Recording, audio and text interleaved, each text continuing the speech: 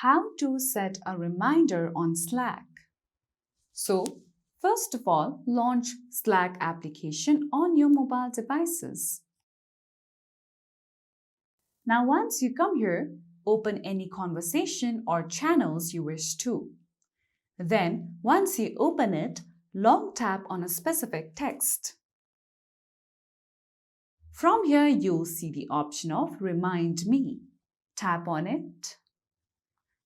From here, set a reminder according to your preferences.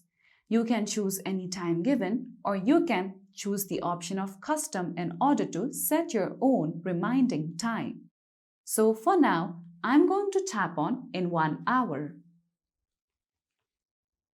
Once you do so, you will successfully be able to set a reminder on Slack.